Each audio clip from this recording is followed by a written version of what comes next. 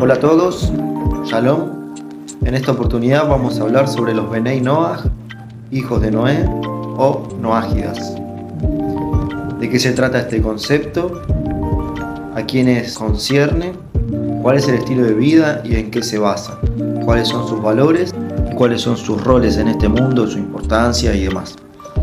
Bueno, una característica básica y fundamental para uno poder reconocerse a sí mismo como un descendiente de Noé, un Benei Noach, es primero y principal reconocer que lo que se llama Antiguo Testamento es dado por Dios.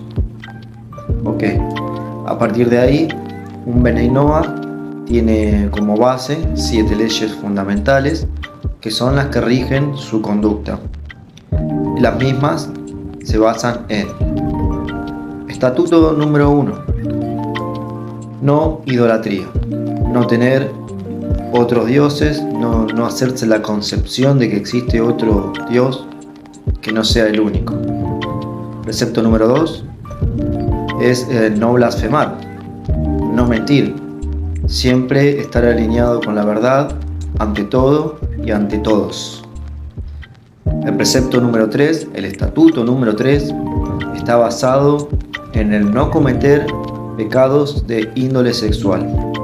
Esto quiere decir la fidelidad al matrimonio o a la pareja y mantenerse dentro del ideal de las relaciones sexuales entre un hombre y una mujer. El precepto número 4 habla sobre no robar, no cometer ningún tipo de hurto. El precepto número 5, no asesinar, no asesinar es exactamente. El precepto número 6 habla sobre el no canibalismo, el no comer la parte de algún animal mientras éste se encuentre en vida. Y el precepto número 7 es de índole legislativa, que justamente se trata de eso, de crear centros de justicia cuya finalidad sea controlar que estos 6 preceptos o 6 estatutos sean puestos en práctica. Por supuesto que requiere de personas idóneas y que conserven fielmente este tipo de valores. Bueno, esto es tomado de lo que se llama Antiguo Testamento, el Tanaj. También es tomado de la Torá, que es el Pentateuco, los 5 primeros libros de la Biblia, vamos a decirle: Génesis, Éxodo, Levítico, Números y Deuteronomio. Nosotros podemos aprender que estas 7 bases están implícitamente desarrolladas en estos libros, aunque no vamos a encontrar un versículo que diga leyes noágidas, leyes para descendientes de Noé. Pero estos valores, cuando se estudia a profundidad la Biblia, vamos a usar este término porque es con el cual estamos quizás más familiarizados, bueno, vamos a respetarlo. Cuando estudiamos bien la Biblia vamos a ver que estos valores son básicos para la humanidad, están plasmados en la humanidad desde el principio y no estamos ni siquiera llegando al punto clave que es los 10 mandamientos dados a Moisés. Pero ese ya es otro tema que no tiene nada que ver con Noágidas, no tiene nada que ver con Benei Noach, y se podría llegar a hablar de este tema, de ese punto, en otro video que quizás sea alusivo al mismo tema. Una de las cosas como características que tiene un Benei Noach, aparte de cumplir estos 7 preceptos, que aunque parecen básicos, se puede profundizar mucho en cada uno. El primer precepto habla de la no idolatría, y la idolatría no se limita al hecho de tener una estatua de cemento en nuestra casa, en nuestra pertenencia, y prenderle algún incienso o una vela. La idolatría está fundada inclusive en el excesivo afán y afinidad para con una X actividad, en el excesivo afán o afinidad para inclusive nuestra propia imagen, etcétera, etcétera. El concepto de idolatría no está basado únicamente entonces en adorar imágenes o estatuas. El segundo concepto, que es de no blasfemar, También no es solamente el no mentir como lo que se dice decir la verdad y nada más. También se trata del engaño, de la estafa y muchos puntos que son importantes profundizarlos.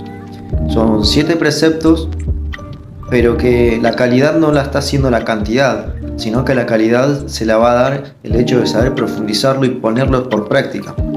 Esta aclaración es pertinente a los efectos de poder dejar de lado esa presunción que tienen muchos cuando dicen bueno, pero los noágidas cumplimos esas 7 leyes y después ¿qué más hay detrás? Bueno, ¿qué más hay detrás? Hay muchísimas cosas. Primero y principal sería importante ver hasta dónde estamos cumpliendo estas 7 leyes y hasta dónde. Que es, el número sí es 7, no es la cantidad, porque de hecho el mundo hoy por hoy ni siquiera está preparado para poder decir que lo está cumpliendo. Entonces, ¿qué se quiere llegar? ¿A las 365 leyes o preceptos del pueblo de Israel que hoy en día tiene que cumplir un judío ortodoxo? ¿Para qué tanto? Si tenemos 7 básicas que se nos es muy difícil cumplir. Entonces es bueno valorar lo que uno tiene, valorar las bases. No se puede uno estar menospreciando por este tipo de cosas, porque es verdaderamente no tener el entendimiento y la comprensión de la importancia de un noágida. La importancia radica en darle valor a su cultura, darle valor a su país, darle valor a una serie de costumbres que uno tiene dignas y partes de la sociedad en donde uno se ha desarrollado. Ahora bien, siempre dentro del marco del respeto de estos 7 preceptos, por supuesto. Esto es básicamente lo que tiene como característica un Benay Noach. Una de las actividades a desarrollar por un Benay Noach es la Tzedaká. Eso es un concepto hebreo que en español sería obras de caridad. Las obras de caridad es lo que también abre muchas puertas de bendición, no solamente a los efectos personales, sino que justamente es una bendición para quien recibe esta obra de caridad por parte de nosotros. También se nos abren puertas a nosotros para ser bendecidos, por supuesto que sí. Pero el hecho de ser bendecido no es únicamente recibir un galardón o un premio. Ya uno es bendecido cuando puede darle al que no tiene. ¿Y cuál es la bendición? Poder obrar de esa manera. Es una bendición el poder obrar de esa manera. No cualquiera lo hace, y no estoy hablando de cuando alguien no tiene la posibilidad o los medios. Ahora bien, muchas veces se llega a pensar que esta caridad es únicamente a los fines económicos. Por eso es que aclaré que es cuando uno no tiene los medios, es imposible hacer la caridad. Pero la caridad también muchas veces puede estar fundada en dar un buen consejo, en dar un buen apoyo, en saber guardar silencio, en saber darle a alguien este tipo de mensaje, poder guiarlo por un buen camino, instruirlo. ¿Por qué el noágida se guía por estos 7 preceptos? Porque un noágida no vamos a encontrar un noágida que crea como lo cree un cristiano y sus diferentes denominaciones. No van a creer, un noágida nunca va a creer en lo que llaman el Nuevo Testamento. ¿Por qué no cree en el mismo? Porque el mismo, para el cristianismo, la función que cumple es abolir lo que se llama Antiguo Testamento. Estrictamente sería, quieren abolir el Tanaj, eso sería lo que se conoce como Antiguo Testamento. Cuando uno llega a tener un conocimiento, ya empieza a disgustarle el concepto de Antiguo Testamento, porque este mismo fue acuñado con los fines de tratarlo como algo viejo, algo pasado de moda, aunque no es por moda verdaderamente, ¿no? Es algo que haya caducado verdaderamente. Por eso le ponen Antiguo Testamento, Viejo Testamento. Y ni hablar de los textos que en el llamado Nuevo Testamento copian de los libros del libro de los Salmos, de los profetas Isaías, Jeremías. Son textos copiados a los fines de adjudicarle esa pertenencia o esa supuesta presunción a un personaje que luego, bueno, lo ponen como que es un Dios encarnado o un referente a seguir de la religión. Bueno, este concepto se repite en muchas otras religiones, ¿no? Que hay un profeta que de repente obtiene una iluminación superior a los demás y bueno, es el que encabeza estas sectas, digamos. Son sectas. Las sectas como base del concepto mismo es todo aquello que se desprende, ¿no?, de las instrucciones originales y tuerce las mismas. Las instrucciones originales las vemos en el Tanaj, entre paréntesis y entre comillas, Antiguo Testamento, y vamos a leer por todos lados que se dice que hay pactos perpetuos y estas palabras son para toda tu descendencia, el pacto es para siempre, perpetuo. Se habla de que eso es para siempre y que las naciones tienen que cumplirlo, que mismo la gente de las naciones va a volver en algún momento, ¿no? Va a apresurar sus manos hacia Dios, quiere decir, va a volver a las raíces. Por esto mismo de las raíces es que hay muchos grupos que enseñan un cristianismo camuflado, un cristianismo renovado, cambiándole las palabras, jugando al hebreo, jugando a las raíces hebreas, donde en vez de decir Jesús dicen Yeshua, donde en vez de decir fe van a decir Emuná, y bueno, así sucesivamente van cambiando las palabras. No tiene nada de malo usar una palabra en hebreo, por supuesto, es un idioma más, es un idioma muy rico, muy bonito y muy interesante de abordarlo, muy interesante, la verdad que muy interesante. Entonces el problema no es que usen palabras en hebreo en sí mismo, el problema es que quieren disfrazar al cristianismo de una manera supuestamente original, como debe ser verdaderamente entendido ese personaje.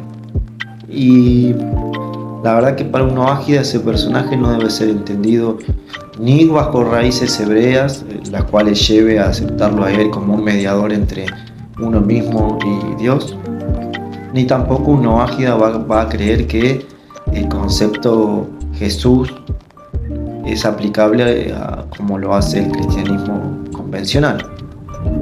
Bueno, esto es básicamente el concepto noágida, en donde y cuáles son sus bases, sus 7 preceptos, y la importancia de la caridad con otra persona, que es un apoyo material, un apoyo espiritual. Es con el afán o con el fin de crear una sociedad mejor, una sociedad con valores, una sociedad pensante, una sociedad unida, una sociedad que tenga por único Dios al único, que sepa lo que es adorarlo, que no es el fanatismo extremista de las religiones, que no es el tremendismo ni el fabulismo ese caricaturesco que tratan de imponernos sobre un infierno bajo la tierra donde el fuego quema las almas y hay un diablo torturando a la gente por vida y donde hay un Dios con barba y demás. Es un concepto muchísimo más profundo, que inclusive no se tiene una idea de cómo es la forma de esto que se denomina Dios, ¿no? Que es un concepto más que una forma, más que una persona, más que un nombre. Es un concepto que como seres humanos necesitamos expresarlo de alguna manera y bueno, la traducción en el español fue Dios, uno de los tantos atributos que tiene, ¿no? Como puede ser un creador, un proveedor, un padre, un soberano, un juez, un rey. Este título, vamos a decirle, es Dios. Hay quienes piensan que existe un verdadero nombre, que el que se le dio a Moisés en el monte Horeb, cuando Moisés puede presenciar un árbol, una zarza encendida a fuego, pero que la misma no se desintegraba.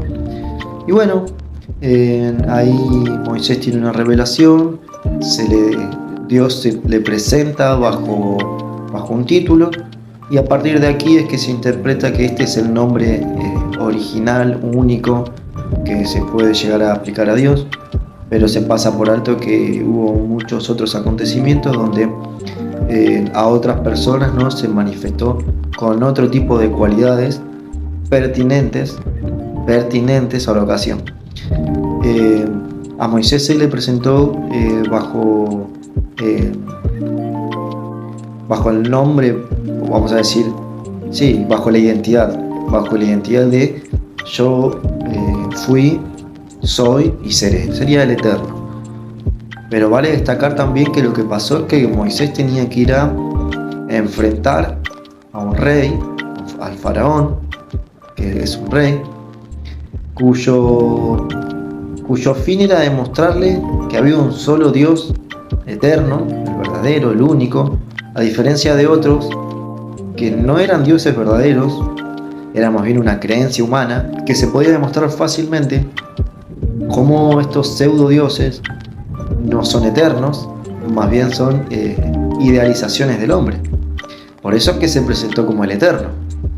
Los dioses que tenían el faraón de Egipto y todos los egipcios quedaron derrotados, por así decirlo, ante el único Dios verdadero. Claro, lo que se derrotó en realidad fue una serie de mitologías que tenían ellos, basadas en dioses que representaban la agricultura, representaban la salud, representaban un poco también lo que sería la lluvia, o sea, la naturaleza.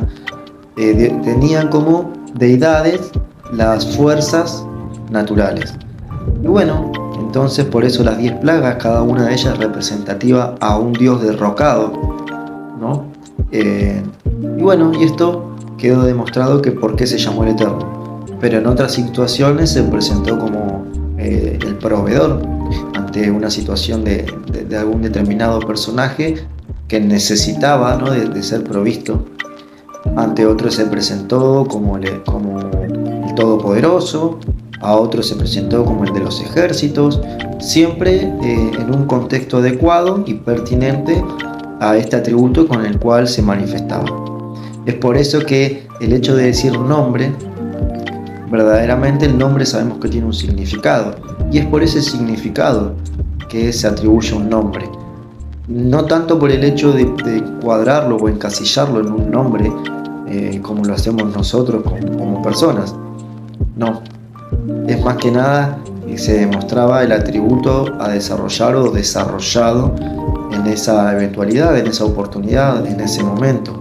Así que bueno, básicamente esta es una explicación de la creencia noágida, y espero que más o menos esta base les sirva a modo de iniciativa o que les despierte una curiosidad para profundizar más en el tema, que por supuesto hay gente muchísimo más preparada, con muchísimo estudio, muchísimo conocimiento. Al conocer el hebreo, ellos pueden darle muchísimo más alimento, es más nutritivo su estilo de enseñanza. Pueden hablarlo con distintos rabinos judíos, ellos van a poder guiarlos de una mejor manera, sacarle ciertas dudas, porque a partir de que uno empieza a indagar sobre este tema, claro, se le despiertan un montón de curiosidades. Entonces, ¿qué debería ser un noágida? ¿Qué no debería ser? ¿Qué es entonces lo que significa tal pasaje escritural? ¿A qué se está refiriendo? Que si no es un pasaje profético alusivo a cierto líder religioso, entonces ¿a quién se está refiriendo? Y todo esto puede ser respondido adecuada y pertinentemente por estos sabios, por estos rabinos, que tampoco hay que confundir la palabra sabio con dioses o con iluminados. Son personas que han estudiado mucho, se han dedicado a profundizar sobre el tema, han usado la inteligencia que Dios nos da para que la desarrollemos, como nos da la capacidad de desarrollar el amor. La inteligencia es otra capacidad que nos dio para que la usemos y la desarrollemos. Así que desde ya, gracias por haberme escuchado. Hasta el próximo video. Shalom.